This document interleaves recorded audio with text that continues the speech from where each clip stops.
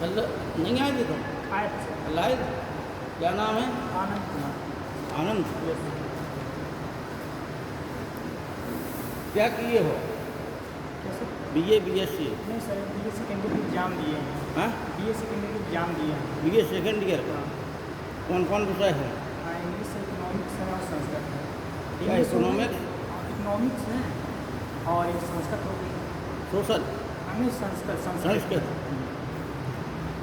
But दादा PG से है, नाम आया था तो कह रहे थे जो बच्चा इंग्लिश देगा तुम्हें संस्कृत मिलेगी, तो कंबाइंड में दे रहे थे, कोर्स बाई बना के कोर्स बनाए थे।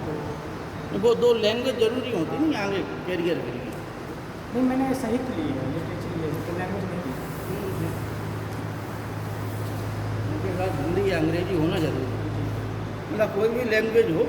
लैंग्वेज होनी चाहिए, और जो इंग्लिश है ऐसा लगता है कि होनी ही चाहिए साथ में। ये परीक्षा दी थी पेट की?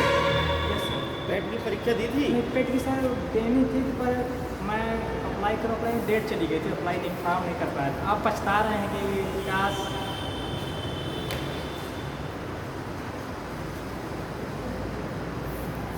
नहीं, कह रहे हैं कि पेपर तो बढ़िया है।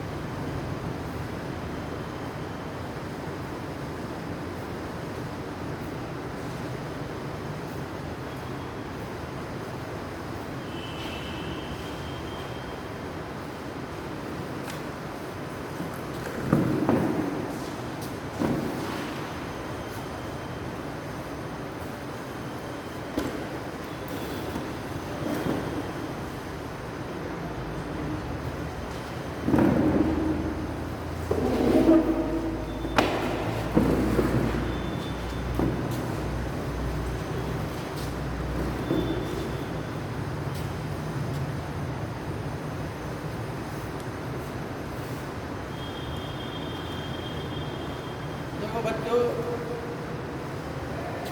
अभी जो है 2-3 दिन से जो टॉपिक है, 4 दिन का टॉपिक है,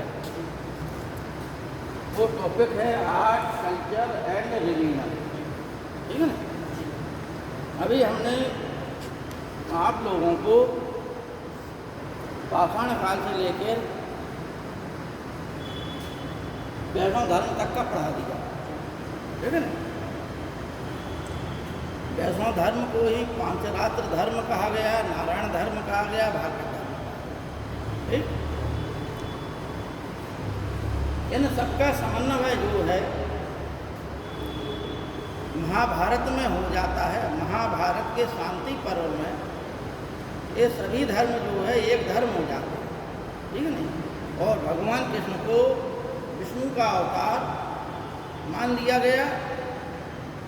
इस प्रकार से वैष्णव धर्म जो है अवतारवाद की व्याख्या करता है, ठीक है। हमने आपको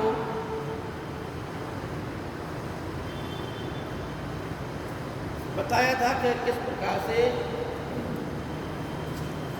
वैष्णव धर्म का विकास हुआ, और हमें ये बताना है कि वैष्णव धर्म किस कालखंड में क्या क्या मतलब उसकी कला और संस्कृति का विकास हुआ, ठीक। तो देखिए बच्चों,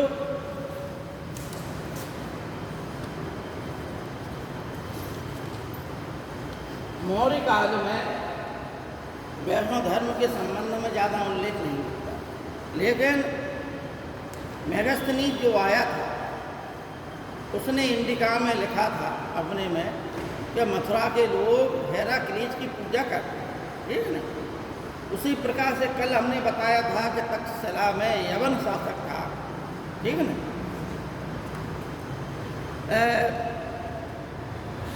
ये चीज़ें आप लोग दिमाग में बिठा के रखिए कि यवन कौन थे, ठीक है। पहले तक्षशिला ओपन हुआ था या नालंदा? हाँ, क्या कह रहे? पहले तक्षशिला ओपन हुआ था या नालंदा? भारत का प्राचीन जो है विश्वविद्यालय तक्षशिला है, ठीक। तक्षशिला के संबंध में 2-3 बातें हैं, वो कौन कौन सी हैं कि तक्षशिला जो है भगवान राम के भाई भरत, लक्ष्मण और शत्रुघ्न थे। तो भरत के एक पुत्र थे तक्ष, और एक पुत्र का नाम था पुष्कर, ठीक है नहीं। तो इन दोनों को वो अफगानिस्तान वाला क्षेत्र मिला था। अतः इस आधार पर तक्ष के नाम पर तक्ष ने एक नगरी बसाई, उस नाम पर उस नगरी का नाम पड़ा तक्षशिला, ठीक। दूसरा पुष्कर थे, उनके नाम पर पुष्कलावती बना, ठीक है नहीं। पुष्कलावती जो बती जो है उसे अरसड्ढाभिक के नाम से भी जाना गया, ठीक। तक्षशिला आज भी तक्षशिला के नाम से जाना जाता है। आज तक्षशिला जो है पाकिस्तान के पेशावर ज़िले में स्थित है। तो प्राचीन समय में संसार के सबसे प्राचीन विश्वविद्यालय में से सबसे प्राचीन विश्वविद्यालय यदि कहीं था तो भारत में तक्षशिला में था। भारत की उस समय जो है सीमा, देखिए एक चीज़ और बताते हैं कि भारत में जो आर्य लोग थे, ठीक, आर्य लोग लगभग जो कैस्पियन सागर है, जहाँ यूरोप है, यूरोप में कैस्पियन सागर है, एशिया और यूरोप की सीमाएं मिलती हैं, वहाँ पर जो है वहाँ तक आर्य लोग थे, ठीक। आर्य जो संस्कृति का मूल तत्व है वो भारत में स्थापित हो गया। बकाया जगह पर उनकी भौगोलिक स्थितियाँ, लड़ाई झगड़े, कबीलाई लड़ाइयाँ आदि ने उन सभ्यताओं को नष्ट कर दिया। इसलिए आप लोगों को बता दें कि 1400 ईसा पूर्व में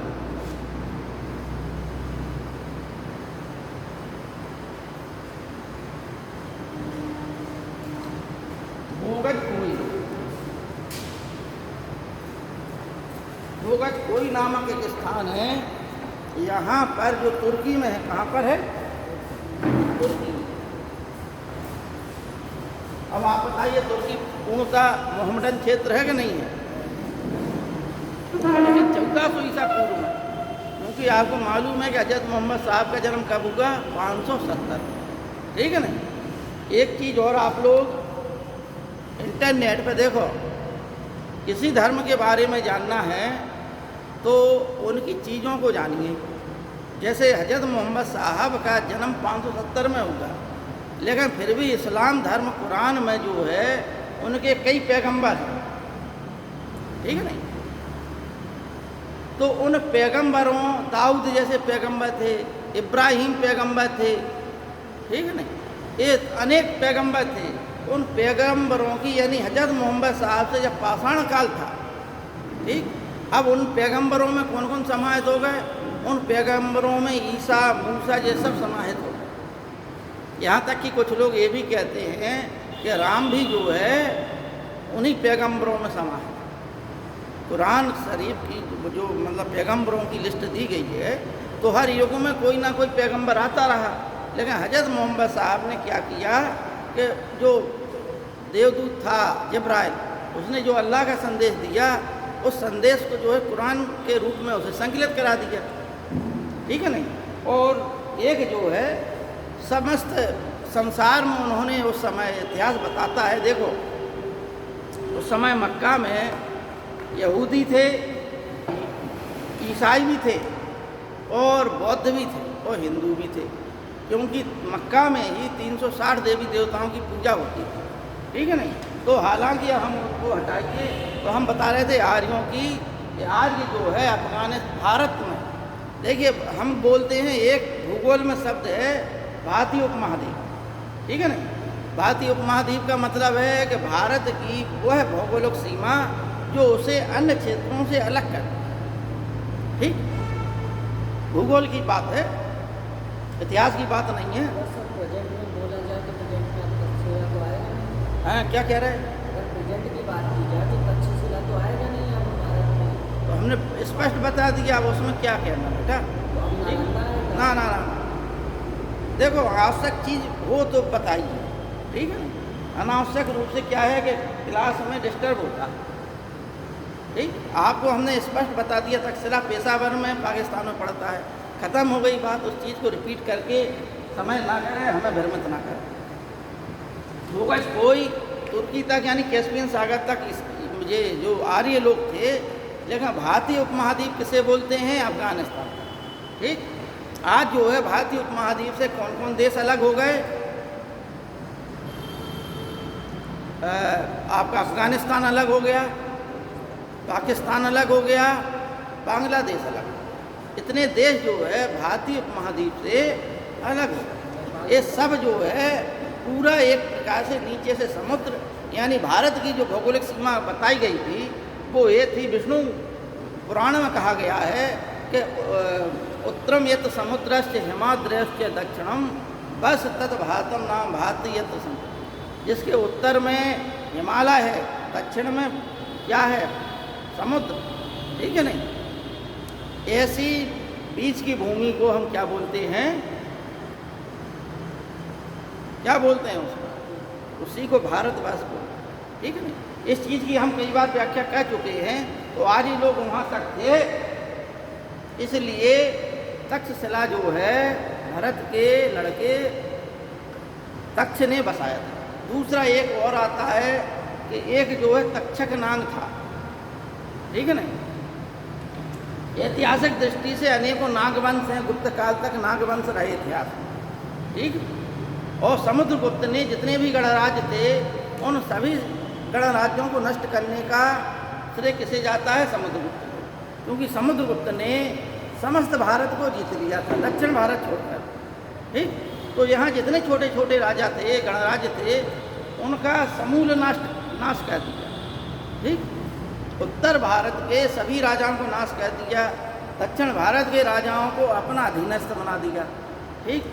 दक्षिण जो है, दक्षिण भारत दो भागों में बटा हुआ है, एक दक्षिणापथ और एक दूसरा है सुदूर दक्षिण, ठीक। दक्षिणापथ में जो है आपका महाराष्ट्र कर्नाटक का क्षेत्र आ जाता है, और सुदूर दक्षिण में केरल तमिलनाडु और आंध्रा का कुछ क्षेत्र आता है। कुछ क्षेत्र आंध्रा और जो तेलंगाना वाला क्षेत्र है वो किस में आता है? दक्षिणापथ, ठीक। इसलिए सम्राट अशोक के भी वो मिले हैं, क्या मिले? सम्राट अशोक के भी लेख वहाँ तक मिले, ठीक। कर्नाटक मिले हैं, कर्नाटक तक मिला है, आंध्र प्रदेश तक मिला है। इस प्रकार से हम वैष्णव धर्म पढ़ा रहे थे, ये बात क्लियर हो गई, ठीक है। वैष्णव धर्म में तक्षशिला में एंटियाल कीट्स नामक एक शासक था, यवन शासक। उसने क्या नाम था उसका? एंटियाल कीट्स।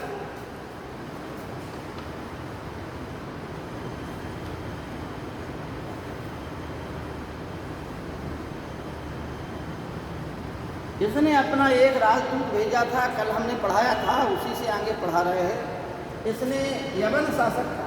देखो बच्चों, इतिहास में हम सब पढ़ते हैं, लेकिन कभी कभी छोटे छोटे वंशों को छोड़ जाते हैं जो इतिहास की दृष्टि से कभी कभी बड़े महत्वपूर्ण होते हैं। कौन कौन से? जैसे आप लोग इतिहास के विद्यार्थी पढ़ रहे हो, सिविल की तैयारी कर रहे हो, और जो इतिहास के विद्यार्थी हैं कोई प्रॉपर इतिहास का कोई नहीं होता है ना। देखो शक, कुषाण, मूर, यवन और पहला, ये प्राचीन समय में मौर्य वंश के पश्चात और गुप्त साम्राज्य के बीच में अनेकों भारत में विदेशी आक्रांता आए और वो यहीं रच बस गए। ठीक है ना। आप लोगों ने देखा हो अफगानिस्तान और पाकिस्तान में लोग बागों के चेहरे बिल्कुल यूरोप के लोगों से मिलते हैं। देखा हो आपने। ठीक, अच्छे लंबे चौड़े श्वेत वर्ण त्वचा का, क्योंकि सिकंदर के साथ एक तो यवन लोग यहाँ बस गए थे। ठीक, सिकंदर ने सर्वप्रथम क्या किया कि यहाँ पर उसकी जो सैनिक आए थे, उन सैनिकों ने यहाँ की महिलाओं के साथ विवाह कर लिया था। तो उन विवाह से जो संतानें हुई वो यवनों जैसी हो गई। दूसरी बात है, बाद में सिकंदर की मृत्यु के पश्चात ये अफगानिस्तान तक का क्षेत्र जो है, कुछ पाकिस्तान तक का क्षेत्र यवनों के अधिकार में आ गया था। ठीक है ना। यहाँ यवन शासक थे, तो उन्हीं में से तक्षशिला में एक यवन शासक था, एंटियालकीट्स। और यवनों को एक चीज़ का श्रेय जाता है, भारत में सर्वप्रथम सोने के सिक्के जारी करने का श्रेय किसे जाता है? यवन। इन्हें चूँकि भारत में बस गए थे, इसलिए इन्हें क्या बोलते हैं? हिंद यवन। ठीक है ना। यवन का मतलब है यूनानी। क्या मतलब है? यूनानी। यूनान जो देश है, इन्हें ग्रीक भी बोलते हैं, ग्रीस देश भी बोलते हैं और यवन भी बोलते हैं। इस प्रकार से एंटियालकीट्स ने अपना एक दूत जो है हेलियोडोरस को देशनगर या विदिशा में भेजा। वो राजदूत क्या था? क्या नाम था उसका? हेलियोडोरस।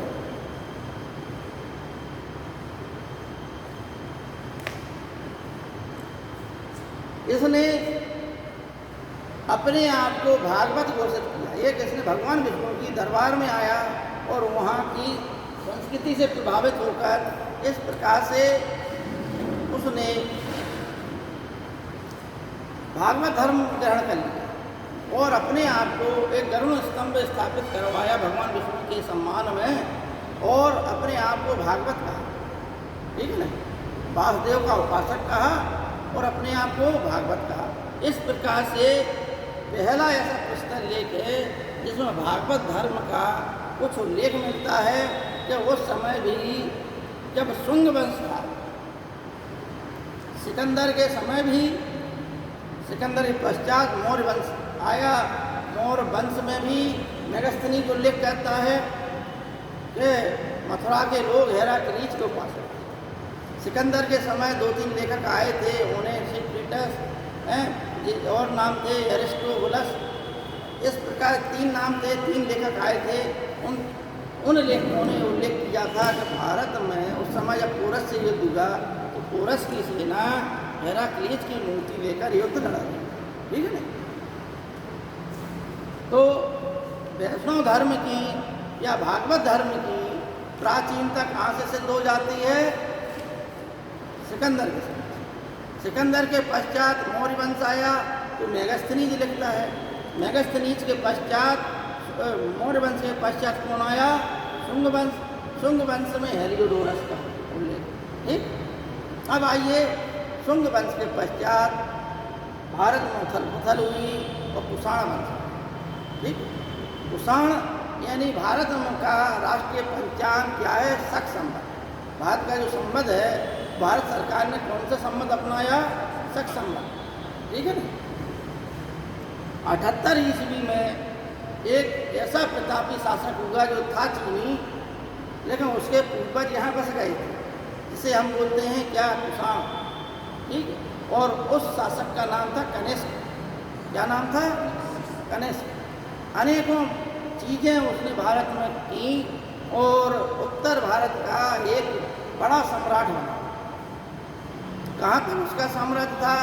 भारत के इतिहास में जो जिसे हम बोलते हैं आज ताजिकिस्तान, उज्बेकिस्तान, तुर्कमेनिस्तान, ये पूरा क्षेत्र उस समय किस नाम से जाना जाता था? कासगर, यारकंद, खोतान आदि के नाम से जाना जाता था। वो चीन से होते हुए एक रेशम मार्ग जाता था यूरोप को। कनिष्क ने क्या किया? उस मार्ग पर कब्जा कर लिया, वो रेशम मार्ग पर। अतः वहाँ तक भारत के साम्राज्य को पूरा जो है अधिकार करने वाला एकमात्र शासक भारत का कौन था? कनिष्क। कभी परीक्षा में प्रश्न आ जाता है तो एकमात्र उत्तर है कनिष्क। इन लोगों ने, कुषाण शासकों ने क्या किया? इन्होंने हिंदू धर्म स्वीकार कर लिया। आप लोगों को हमने बताया है कि प्रजा का जो रुख हो, अच्छा प्रशासक वही है जैसा प्रजा का रुख हो, उस प्रकार से शासक को अपनी नीति बनाना चाहिए। ठीक है ना? एक कहानी के माध्यम से हम आप लोगों को बता देते हैं। एक नगर में जो है एक जादूगर आया। उस नगर में 2 कुएं थे। एक कुएं में उसने जो है, जो नगर का कुआं था, उस कुएं में उसने जादू कह दिया। उस जादू से जो होगा कि जो भी पानी पिए वो पागल हो जाए। एक कुआं था राजा के महल में। अब राजा ने जब ये सुना कि नगर के लोग जो है पगला गए हैं, तो राजा बड़ा खुश हुआ कि चलो इन लोगों ने झंझट छूटी, है नहीं? भाई परेशान था राजा जनता से, अब पगला ही गए सब, तो खत्म बात हो गई। राजा प्रसन्न है कि सारे सब पागल हो गए। शाम तक हुआ क्या, ये जितनी जो प्रजा थी वो सब राजा का किला घेर लिया। अब राजा परेशान हो गया कि ये जो है पागल, हम ये नहीं समझ रहे थे कि ये सब पागल इकट्ठे हो गए हम ही को मारने के लिए आ जाएंगे। हम तो ये सोच रहे थे कि हम जो है इनसे मुक्त हो गए। राजा का जो है मंत्री बड़ा चालाक था। उसने कहा राजा ये भी विधि है, अगर आपको अपनी सत्ता बचानी है तो आप भी जो है पागल हो जाओ। ठीक है ना? अतः राजा को सलाह दी कि आप जो है गुप्त मार्ग से जाइए, नगर में जो कुआं है उसका पानी पी के आ जाओ नगर किले में।